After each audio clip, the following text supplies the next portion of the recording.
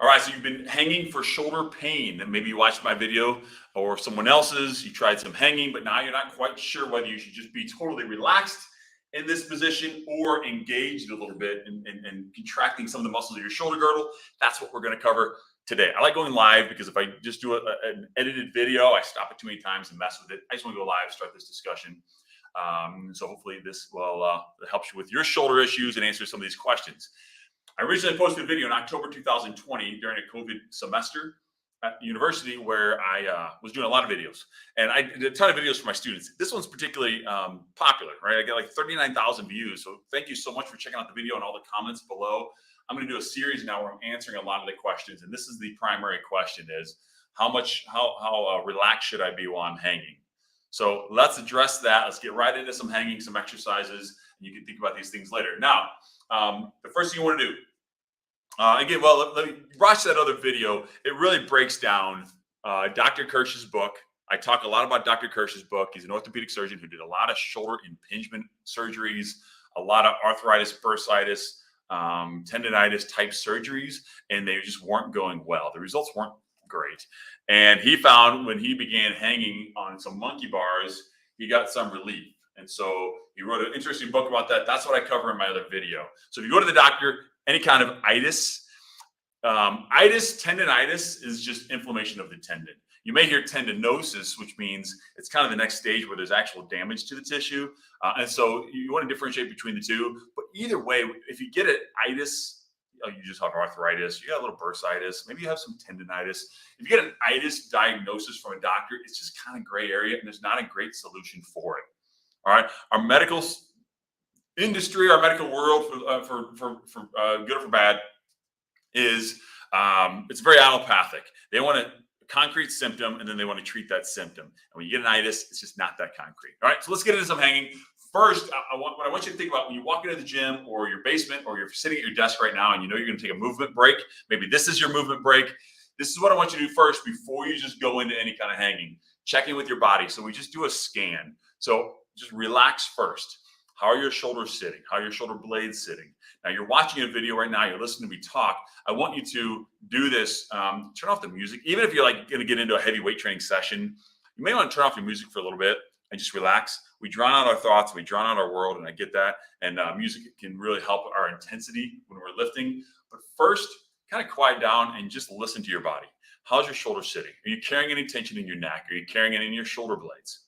Right? Move one shoulder blade around. You shrug up, relax. You shrug the other side up, relax, and just pay attention to what tension you're carrying before you get into anything. Right? Too many guys, especially, but gals, everyone's sitting at desks all day long, and then they walk into the gym and they just grab a barbell and they start doing some overhead position. Or again, they go to a rec volleyball or basketball game or something like that, and they bother the shoulder. So first, just check in, relax. And then do a couple shoulder circles. We did this last time. Pay attention to how each shoulder blade is rolling and moving on the rib cage. Roll the other way a couple times. And then what I didn't go over last time I like is the same kind of shoulder blade circle, but in a piston position. I mean, I'm going to straighten my elbow out. And this is just good shoulder health, proactive shoulder mobility work that engages your nervous system, right? We're trying to engage the muscles around our shoulder blade, around our shoulder. I go clockwise a few times, counterclockwise a few times. So you can do that with keeping your elbows straight and your hand relatively relaxed. I just want the tension and the work in your shoulder girdle. Feel that out each way. And just check in on both sides. And how does that feel? That might be enough to loosen up your shoulders. Or if if one side's talking to you more than the other, that might be a little bit of a red flag before you go bench heavy that day or do your push-ups or go play volleyball. You may need a little bit more of a warm-up. All right? Because that's a lot of these things occur, right? We're feeling good, and then we pick up a child or grandchild, we go swing one volleyball spike before we really warmed up, and now we got this issue for the next 3 months. All right. So after warming up like that, you can even go into an overhead position. And I think for terminology's sake, I really get into during my semesters when I'm teaching my kinesiology students is unloaded versus loaded. It's an important concept. Always work with unloaded movements first before you load them. What do I mean by that? If we're going to do a pull up or any kind of row or dumbbell row, anything where we're grabbing weight and pulling it, or any kind of a resistance training movement, or we're picking something up, do the same thing in an unloaded pattern, meaning I just want to reach overhead with nothing in my hands and see how that feels. And then the other side, and if I plan to go up with both hands, that's different. To go up with both hands is different than one at a time, right? So it's different to come up and throw a baseball or spike a volleyball versus jumping up and blocking a volleyball. So just see, how does that feel to go straight up? How does that feel to go straight up? Okay. And that might be the problem. That's why you're interested in hanging, because that does bother you. You have some sort of impingement. I go through that functional anatomy in that other video. But I'm just interested first, shoulder circles first. Do that piston move. Just move that shoulder blade and see how that feels, right?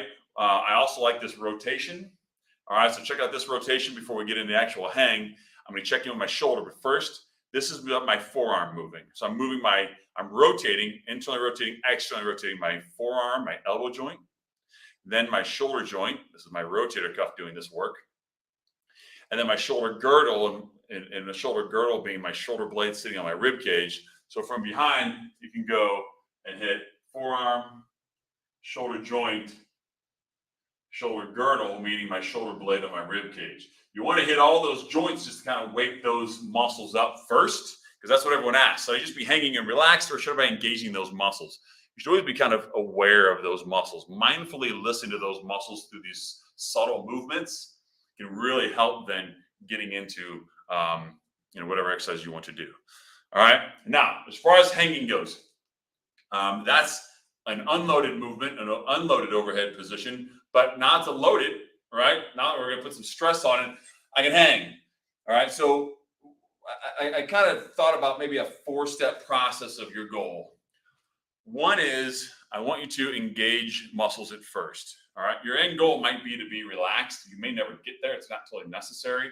But your end goal, so if I come out here and just grab the barbell, I can just kind of hang, right? I'm just totally relaxed. I'm not engaging any muscles, and my shoulders are good with that. But I'm paying attention to my rib cage. I can feel a little tightness and pull through my serratus muscles here. I can feel my shoulder blades pull a little bit, but I can totally relax. I can relax through my hips too, and I'm going to talk about that in a second. All right. The question is, if you are engaging, and I want you to at first, even if you're doing a modified version. Remember, we talked about if I just go here, get this on camera. If I just do a modified version, and I'm hanging from something lower, or I'll come up on a step here to see my knees, I can just soften my knees. My feet are still on the floor or on a step, so I'm not loading with my entire body weight, right? I have half of my body weight, 2/3 of my body weight, so I can feel that out. So I want to engage it first. Meaning, people said, well, is it called shrugging? What's it called? Well, it's kind of a reverse shrug.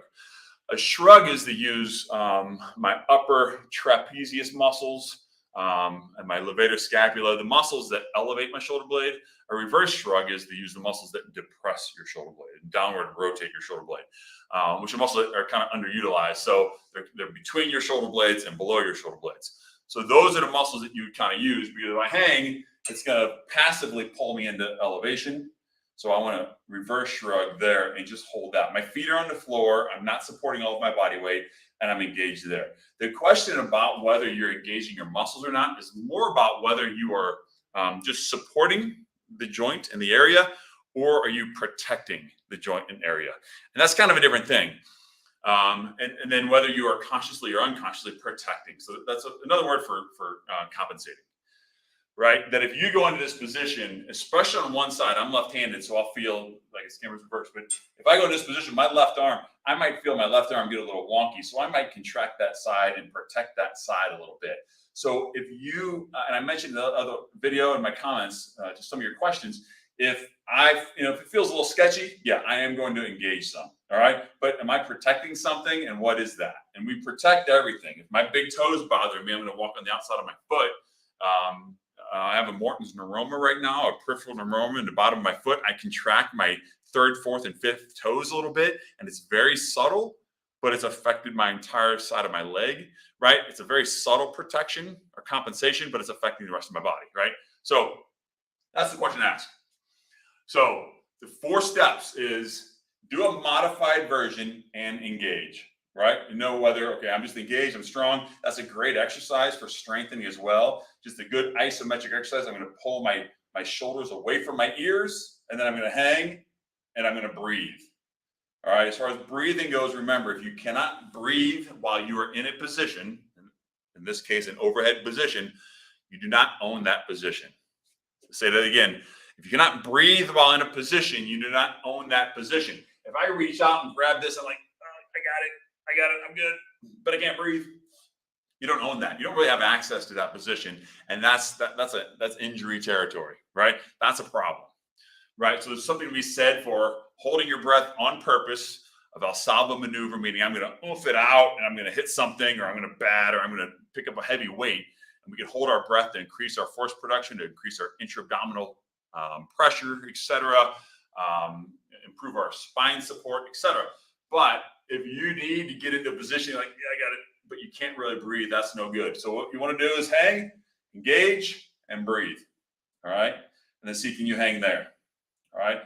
Then what you can work up to is in a modified position, whether bending your knees or doing some sort of modified on the floor diagonal position. I'll go through in part 3 of these videos. Is I want to relax while modified. So I'm not using all my body weight, but now I am relaxing. And then checking in again. How does that feel? Left shoulder blade, right shoulder blade, left shoulder, right shoulder, elbows, grip, rib cage. Can I breathe? Right. So I'm checking in with all those things. Right. And maybe I can hold an engaged position, work on that strength for 10 seconds. And then I just kind of relax into it for the last 5 seconds. All right. So it's sort of engaged in a modified position, and then hang non-modified, just total body weight engaged, right? And then I can relax in a modified position, and then I can relax in a totally loaded position. All right, those 4 steps. But I feel that a little extra when I just begin hanging like that. I do feel a little extra pull, whether on this nerve, whether my pec minor tendon, something like that. So I'm going to hang in an engaged position much longer. So if you are working up 10, 30, 45 seconds, you're going to engage most of that time. But I like to come out here and just hang. And just hang totally relaxed. All right. Now, another thing that I do, I talked about having all of my clients hang. 2 things. There was a study. Some of you asked about the study too.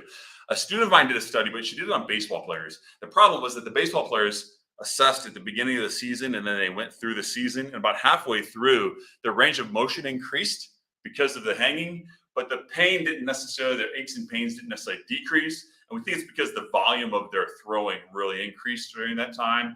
So it was kind of a skewed study. We didn't have a good population because we wanted to use overhead athletes, but we did it in season. And so they're throwing so much, it kind of skewed the results. All right.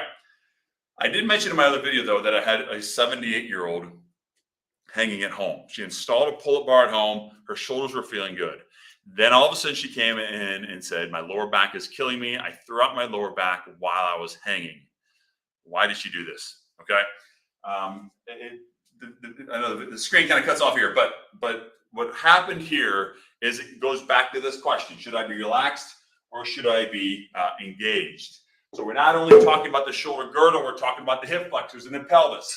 So if I hang here, not only do I want to engage through my shoulder girdles, right, and kind of reverse shrug, but I can also, from the side, if I totally hang, I might drop into this position with my hips versus being engaged there.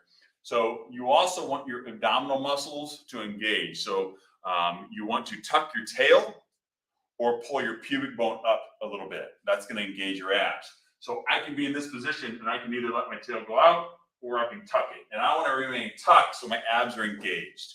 The reason for that, again, this is the same rule I just said before. Engage it first, feel it out in an unloaded position or modified position, and then get used to relaxing. So I can walk up to a bar, totally relax my hips, and I might even stretch one way, hit one hip, all right?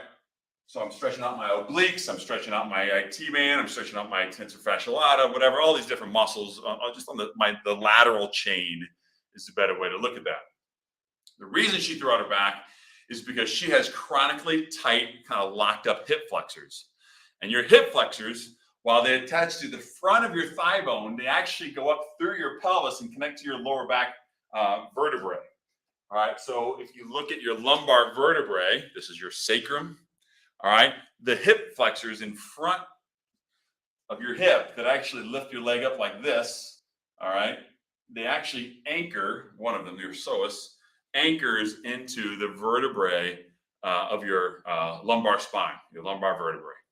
So that is why when you stand up from a chair, you've been sitting for a while, you're in this flex position. So your knee is in this flex position, just like my shorts kind of bunch up like this in this position. Your muscles can kind of bunch up like that. Or your body basically says, if you're going to sit in this seated position for this long, the nervous system, the brain tells the body, it's more comfortable if I just shorten those muscles a little bit. Now I can withstand this seated position for a while. Remember, your body gets good at what it does most of the time. Your body gets good at whatever you ask it to do most of the time. If you sit a lot, your hip flexors are going to get shortened. When you stand up, then those hip flexors will now be stretched out and it's going to tug on your lower back. That's why when you stand up for a while, or when you sit for a while, you stand up, you kind of have that ache in your back and you kind of ease it out, relax, and you kind of work it out, start walking, and then it goes away. Now your body's saying, oh, you're standing now. Okay, now I got to change that a little bit. Your nervous system tells those muscles to relax. All right? So what happened in this particular case is the 78-year-old has chronically tight hip flexor muscles for a number of reasons. Well, she began hanging. Her shoulders were feeling great, but she relaxed through her hips, and those muscles tugged on her lower back, and it threw out her SI joint. It kind of impinged some lumbar joint issues, or kind of inflamed some lumbar joint issues because there was such a sudden tug on those hip flexors, right? So if you're going to engage, again, are you engaging just for support and strength training, isometric strength, which is awesome? Or are you protecting something that feels a little sketchy? Be aware of that and don't load it too much. So reverse shrug, tuck your tail, hold, and breathe. That's your goal. All right? So I hope that makes sense. I hope that helps. Thank you so much for checking this out. Comment below. I'm going to attach this to my original video, and then I'm going to do one more. Talk about some modifications or other exercises I even do on the floor and that can lead to better hanging, right? So hanging is sort of the hanging solution. That's just what we do. But if you're even warming up to that or you want to get more out of your hanging, I'm going to do some foam rolling techniques and some other shoulder blade things we can do to help with that, all right? So keep hanging. If you're watching this on my Catholic Fit channel and you're maybe a homeschooling parent, you're interested in this, this is something we all do. My wife and kids all hang. They do some pull-ups, but they also hang a lot. So if you can hang a pull-up bar at home, that's a key piece of equipment for your homeschooling, for your home fitness gym, all right, for your family fitness culture, all right, is to have a pull-up bar, some gymnastics rings, and then I'll do some other at-home exercises that are fun for the kids as well. So all ages, kids can do this. Let's not lose the ability. All right, we're not losing the ability just because we turned 40. We're losing the ability because we're seated in this flexed position all day long. We want to break out of that. All right. So thank you. Thank you for checking this out. And I'll see you next time.